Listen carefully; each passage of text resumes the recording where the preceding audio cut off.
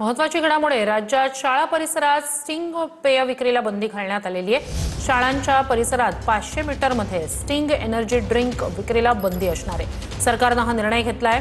मंत्री नरहरी झिरवाळ यांनी हे निर्देश दिलेत। आमदार विक्रम पाचपुते यांनी याविषयीचा प्रश्न उपस्थित केला होता।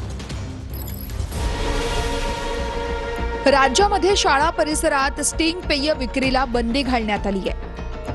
शाळांच्या 500 मीटर परिसरामध्ये स्टिंग विक्रीसाठी बंदी घालण्यात आली आहे। आमदार विक्रम पाचपुते यांनी याविषयी प्रश्न उपस्थित केला होता।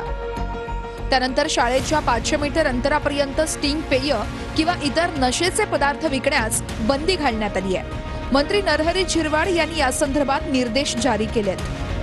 एखाद्या 18 वर्षाखालील व्यक्तीला जर स्टिंगची विक्री झाली तर त्याच्यावरती आपण लीगल ऍक्शन कोणते घेणार का? कारण आपण कायद्याने याच्यावरती निर्बंध आणू शकतो। हे निर्बंध आणण्याच्या दृष्टिकोनातून मंत्री महोदय आपण काही पावलं उचलणार आहोत का? कारण तसं पाहिलं जर हे कॉम्बिनेशनचा अभ्यास केला तर दारूपेक्षाही घातक स्टिंग हे आहे। याचे अॅनालिसिस सुद्धा झालेत। दुर्दैवाने एक एक निकष पाहिला तर प्रत्येक निकषामध्ये ते बसतं। स्टिंग ड्रिंक एनर्जी ही जी काही शाळेच्या आवारात विकली जाते अशा पद्धतीने सन्माननीय सदस्यांनी जे सांगितलं ते काही अंशी खरं देखील त्या ठिकाणी आहे। आणि त्या ठिकाणी मुलांना ते पेय किंवा इतर ज्या काही नशाजन्य पदार्थ असतील त्याची बंदी शाळेच्या आवारात 500 मीटरच्या आत जर कुठे आढळून आली तर तात्काळ त्याच्यावर कार्यवाही केली जाईल।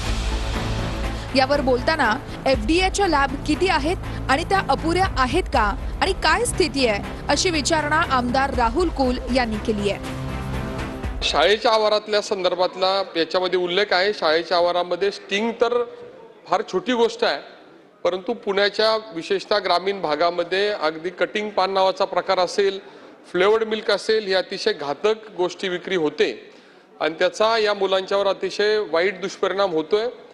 त्याच्यामध्ये या कटिंग पान संदर्भात तर अंमली पदार्थही त्याच्यामध्ये टाकले जातात अशी स्थिती आहे। या संदर्भामध्ये आपण राज्यव्यापी धोरण आणि काही ड्राईव्ह घेणं गरजेचं